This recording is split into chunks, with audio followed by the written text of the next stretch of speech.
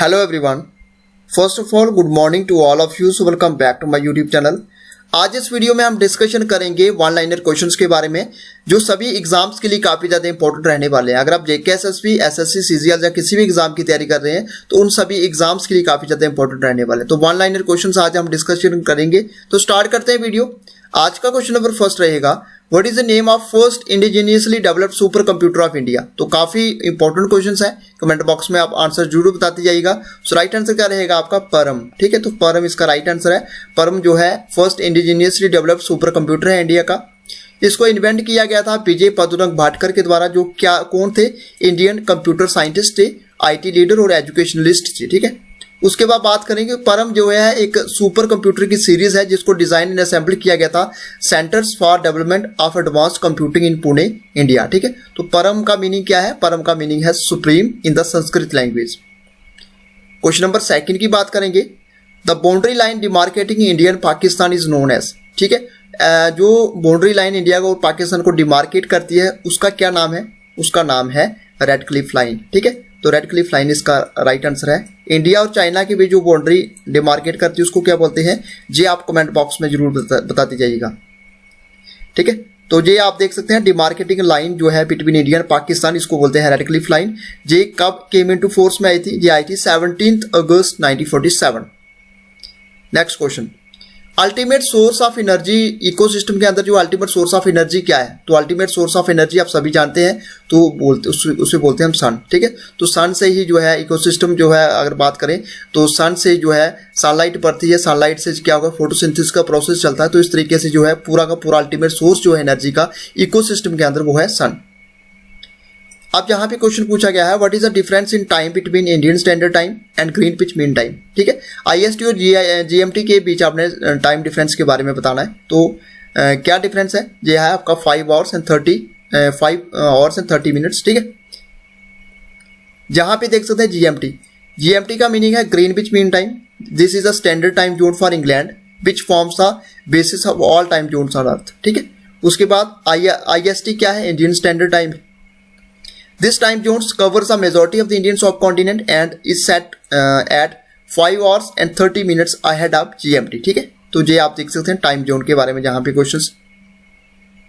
Next question, who was the first Indian to receive Raman Magsaysay award. ठीक है, तो पहले इंडियन कौन से जिनको मिला था रमन मैग्सेसे अवार्ड? तो आंसर क्या रहेगा आपका? विनोबा भावे। ये कब मिला था? 1958 को। आप यहाँ पे कुछ इंपॉर्टेंट पॉइंट्स हम डिस्कशन करेंगे। रमन मैग्सेसे अवार्ड जो है एक एनुअल अवार्ड है जिसको इस्टेब्लिश किया जाता है गया था former Philippine president Ramon Magsaysay, example of integrated governance, courageous services to the people. ठीक है, उसके बाद फर्स्ट कप अवार्ड दिया गया 1958 को। उसके बाद यहाँ पे देख सकते हैं ये अवार्ड दिया जाता है outstanding contribution in government services, public service, community leadership, journalism, literature and creative communication awards, piece and international understanding and emergent leadership. तो इसके लिए ये अवार्ड दिया जाता है रमन मैग्सेसे अवार्ड। ठीक है, तो 1958 को ये प्रोसेस स्टार्ट हुआ था। नेक्स्ट क्वेश्चन, एक्स ऑफिशियो जो चेयरमैन होता है राज्यसभा का वो कौन होता है? तो एक्स ऑफिशियो चेयरमैन हमेशा राज्यसभा का कौन होगा? Vice president. कमेंट बॉक्स में साथ साथ में जरूर बताते जाइएगा करंट वाइस प्रेसिडेंट कौन है इंडिया के। तो जहां पे मैं आपको बता देता हूं, करंट वाइस प्रेसिडेंट है इंडिया के अभी। ठीक है, करंट वाइस प्रेसिडेंट इंडिया के जगदीप धनखड़। ठीक है, और प्रेसिडेंट कौन है? करंट प्रेसिडेंट कौन है? कमेंट बॉक्स में आप जरूर आंसर बताते जाइएगा। जगदीप धनखड़ ने श्री वेंकैया नायडू को रिप्लेस किया था। ठीक है, और वाइस प्रेसिडेंट जो होता है वो हमेशा एक्स ऑफिशियो चेयरमैन होता है राज्यसभा का। राज्यसभा के मेंबर का टेन्योर कितना रहता है? 6 ईयर। और लोकसभा के मेंबर का टेन्योर कितना रहता है? 5 ईयर। ये काफी इंपॉर्टेंट आपके लिए। ठीक है friends, next, Which fundamental rights was declared by B.R. Ambedkar as the heart and soul of the Constitution? कौन से फंडामेंटल राइट को डिक्लेयर किया गया था बी आर अम्बेडकर जी के द्वारा hurt and soul of the constitution? So answer क्या रहेगा आपका? Right to constitution remedies. Right to constitution remedies कौन से आर्टिकल के अंदर आता है? 32 आर्टिकल के अंदर। ठीक है, तो ये काफी ज्यादा इंपॉर्टेंट आपके लिए। ठीक है, तो जितने भी फंडामेंटल राइट्स का जो कंसेप्ट है हमने कहाँ से लिया था? ठीक है, तो फंडामेंटल राइट का जो कंसेप्ट था हमने कहाँ से लिया था? यूएसए से। ठीक है, यूएसए से। ये इंपॉर्टेंट है सारा का सारा आपके लिए। कुछ एक इंपॉर्टेंट पॉइंट्स की बात करें तो इंडिया के अंदर कितने फंडामेंटल राइट्स हैं? इंडियन कॉन्स्टिट्यूशन में मेंशन है, ये है 6 फंडामेंटल राइट। पहले कितने थे? 7 थे। मगर एक जो है राइट टू प्रॉपर्टी को हटा के लीगल राइट बना दिया गया था। ठीक है, नेक्स्ट क्वेश्चन, येलो जो कलर होता है काउज मिल्क का, वो किसकी प्रेजेंस से होता है? ठीक है, तो येलो कलर होता है काउ के मिल्क का, किसकी प्रेजेंस से होता है? ये होता है कैरोटीन की प्रेजेंस से। ठीक है, तो ये काफी इंपॉर्टेंट है आपके लिए। Next question, which scientist is known as father of the green revolution in India? ये काफी इंपॉर्टेंट है। ग्रीन रेवोल्यूशन ऑफ इंडिया किसको बोला जाता है father of green revolution India? So answer क्या रहेगा? एम.एस. स्वामीनाथन। एम.एस. स्वामीनाथन इसका राइट आंसर है। ठीक है, father of green revolution in India for his role in introducing and further developing high yielding varieties of wheat in India. ठीक है, next question, which viceroy of India effected the partition of Bengal in 1905? की काफी important है जी। देख सकते हैं कभी भी आपको, जब भी आप किसी भी एग्जाम में बैठते हो तो आपको मॉडर्न हिस्ट्री के क्वेश्चन पूछे जाते हैं, उसमें वाइसरॉय के रिलेटेड आपको जरूर क्वेश्चन पूछे जाएंगे। ठीक है, तो आंसर क्या रहेगा? Lord Curzon. ठीक है, तो लॉर्ड कर्जन थे वाइसरॉय। 1858, ठीक है, 1858 को कौन थे वाइसरॉय इंडिया के? Lord Canning. ठीक है, तो जी काफी इंपॉर्टेंट है। गवर्नमेंट ऑफ इंडिया एक्ट 1858 जो पास किया गया, change the name of post governor general. ठीक है, तो गवर्नर जनरल बनते हैं 1858 तक। उसके बाद इसका जो कंसेप्ट था चेंज कर दिया गया, पोस्ट जो गवर्नर जनरल की उसको चेंज करके वाइसरॉय ऑफ इंडिया कर दिया गया। और वाइसरॉय जो है डायरेक्टली अपॉइंटेड किए जाते थे ब्रिटिश गवर्नमेंट के द्वारा। और जो फर्स्ट वाइसरॉय थे इंडिया के वो कौन थे? वो थे लॉर्ड कैनिंग, जैसे मैंने अभी बताया आपको। Which country is known as land of rising sons? कौन सी कंट्री जानी जाती है लैंड ऑफ राइजिंग सन से? सो आंसर रहेगा आपका जापान। ठीक है, नेक्स्ट क्वेश्चन, ब्लड ग्रुप को किसने डिस्कवर्ड किया था?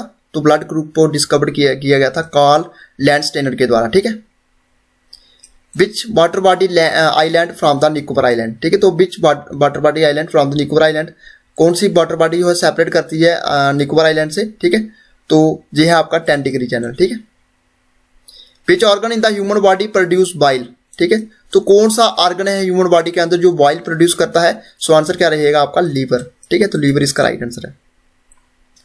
बाइल जो है एक फ्लूइड है जो that is made and release by the liver और स्टोर्ड होता है गॉल ब्लैडर में। ठीक है, बाइल हेल्प करता है डाइजेशन में और ये ब्रेक डाउन करता है फैट्स को into fatty acids which can be taken into body of the digestive tract. ठीक है, बाइल जो एसिड होता है आल्सो कॉल्ड बाइल सॉल्ट्स। इसमें क्वेश्चन ये पूछा गया है कि मिनिमम एज लिमिट क्या रहती है अगर किसी को प्रेसिडेंट चुनना हो इंडिया का, ठीक है, बनना हो, तो which is the minimum age limit to become the president of India? So answer क्या रहेगा आपका? 35 ईयर। आप जो भी प्रेसिडेंट होगा उसकी 35 साल से एज, जब 35 साल से ऊपर होनी चाहिए। ठीक है, तो गवर्नर का भी सेम टेन्यूर रहता प्रोसेस, गवर्नर के लिए भी एज जो है 35 साल होती है। ठीक है, which Mughal emperor assume the title of Alamgir conqueror of the world? ठीक है, तो आलमगीर का टाइटल के बारे में बताना, किसको जो आलमगीर का टाइटल मिला था? ठीक है, तो आंसर रहेगा आपका Aurangzeb. A for Alamgir, A for Aurangzeb. ठीक है, तो हम बात कर रहे हैं मुगल पीरियड की, मुगल सल्तनत की। 1526 में जो है मुगल पीरियड स्टार्ट होता है। पहले कौन से मुगल शासक थे? बाबर। ठीक है, तो जी काफी इंपॉर्टेंट है। लास्ट के थे, लास्ट अगर आपको क्वेश्चन पूछा जाता है तो बहादुर शाह जफर सेकंड। ठीक है, जे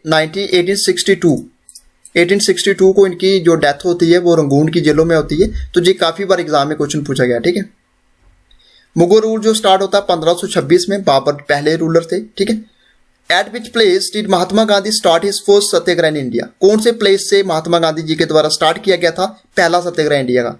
तो आंसर बनेगा आपका चंपारण, बिहार।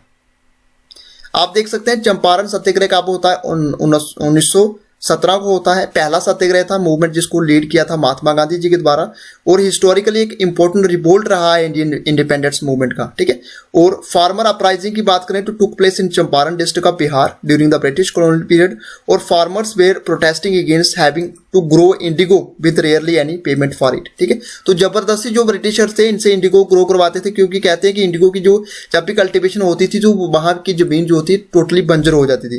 तो जबरदस्ती इनको बोल रहे थे कि आप इंडिगो ग्रो करो और उससे क्या होता था, इससे अंग्रेज के बिल्कुल सस्ते दामों में खरीदते थे और बाहर में जाके वो अच्छी दामों में बेचते थे। ठीक है, तो फोर्स कर देते। इसी के अगेंस्ट जो है चंपारण में सत्याग्रह चला जिसको लीड किया महात्मा गांधी जी के द्वारा।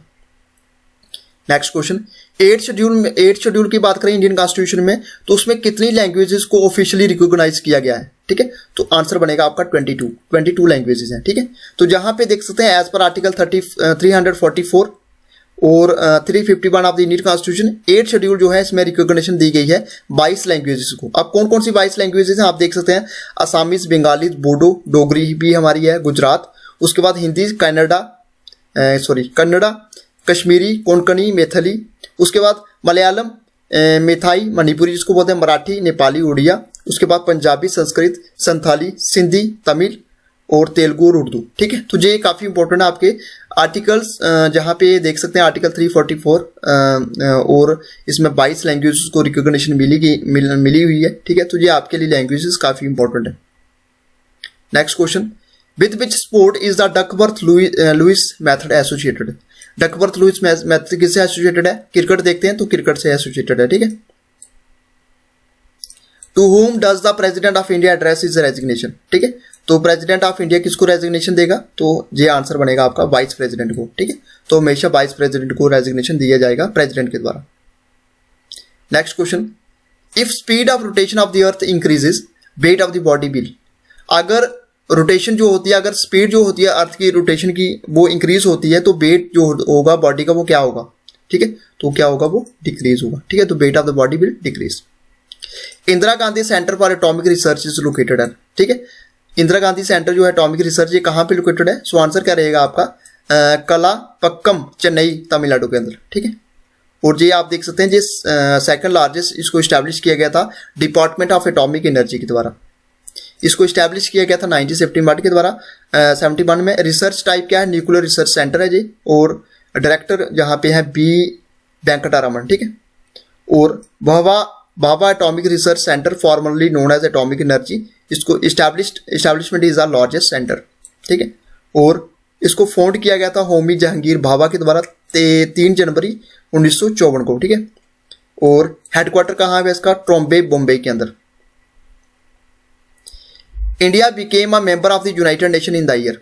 ठीक है, तो इंडिया का यूनाइटेड नेशन का मेंबर बना। सो आंसर क्या रहेगा? 1945 को। ठीक है, तो यूएन जो एक इंटरनेशनल ऑर्गेनाइजेशन है जिसकी फाउंडेशन होती है, यानी जिसको ये कब बनी थी? ये बनी थी 24 अक्टूबर 1945 को।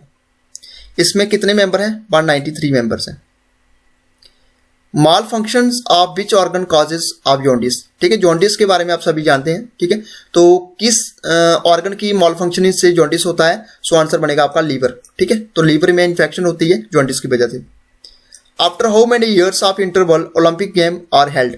ठीक है, तो कितनी देर के बाद जो है, कितने देर के अगर बात करें यहाँ पे इंटरवल के बाद ओलंपिक गेम्स को स्टार्ट किया गया, तो 4 ईयर। ठीक है, तो हो ये सारा का सारा आप देख सकते हैं यहाँ पे 4 साल का जहाँ पे गैप होता है ओलंपिक्स में। ठीक है, तो फर्स्ट टाइम इसको कब फाउंड किया गया था? 1896 को एथेंस, ग्रीस के अंदर। ठीक है, उसके बाद 2021 का जो ओलंपिक्स हुआ था ये कहाँ पे हुआ था? टोक्यो, जापान के अंदर। अब 2024 का यानी कि नेक्स्ट ईयर जो होगा ये पेरिस, फ्रांस के अंदर होगा, और 2028 की बात करें तो लॉस एंजलिस, यूएसए के अंदर।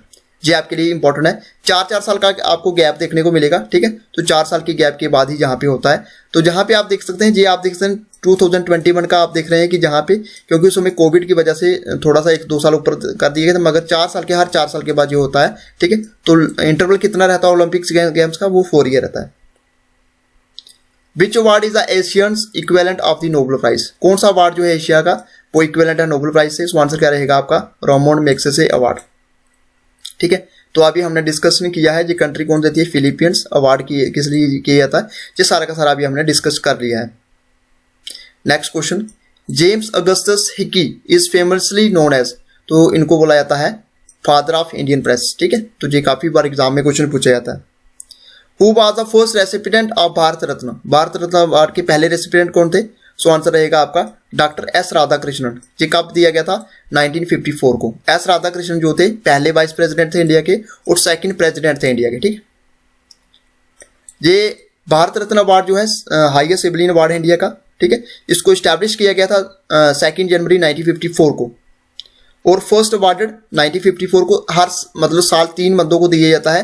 पहले थे सी राजगोपालाचारी, एस राधाकृष्णन, सीबी रमन। ठीक है, तो लास्ट अवार्ड किसको दिया गया था ये आप कमेंट बॉक्स में जरूर बताइएगा।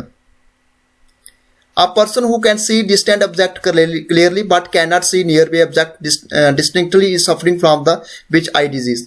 ऐसा कोई पर्सन, अब यहाँ पे क्वेश्चन ये पूछा गया है कि ऐसा कौन सी उसमें ऐसी कौन सी डिजीज होती है कि पर्सन जो है वो देख सकता है, डिस्टेंट ऑब्जेक्ट को देख सकता है क्लियरली, बट जो उसके पास के ऑब्जेक्ट होते हैं उसको वो देख नहीं सकता। ठीक है, तो दूर के ऑब्जेक्ट को अच्छे तरीके से उसको दिख जाएगा, पास के ऑब्जेक्ट को नहीं देख पाएगा। उसके अंदर अगर बात करें तो उसमें कौन सी आई डिजीज होती है, यानी कि कौन से डिजीज से वो सफर कर रहा है। ठीक है, तो आई डिजीज उसको बोलते हैं हम हाइपरमेट्रोपिया। ठीक है, तो हाइपरमेट्रोपिया में क्या होता है, आप दूर के चीज को देख पाओगे मगर पास की चीजों को आप क्लियरली नहीं देख पाओगे। ठीक है, तो but can not see clearly object near by object. आप यहाँ पे देख सकते हैं बिल्कुल मायोपिया जो है इसका उल्टा होता है, जहाँ पे क्या होता है आप पास वाली चीजों को देख सकते हैं क्लियरली बट दूर की चीजों को आप क्लियरली नहीं देख सकते, उसको बोलते हैं मायोपिया। हाइपरमेट्रोपिया में आप दूर की चीजों को देखोगे और मायोपिया में आप पास की चीजों को। ठीक है, तो इस तरीके से आप देख सकते हैं। तो ये थे कुछ आज के important questions, one liners. I hope आपको वीडियो अच्छा लगा होगा। वीडियो अच्छा लगा तो वीडियो को लाइक करें, शेयर करें और सब्सक्राइब करें हमारे यूट्यूब चैनल को। Thank you friends, good bye, take care.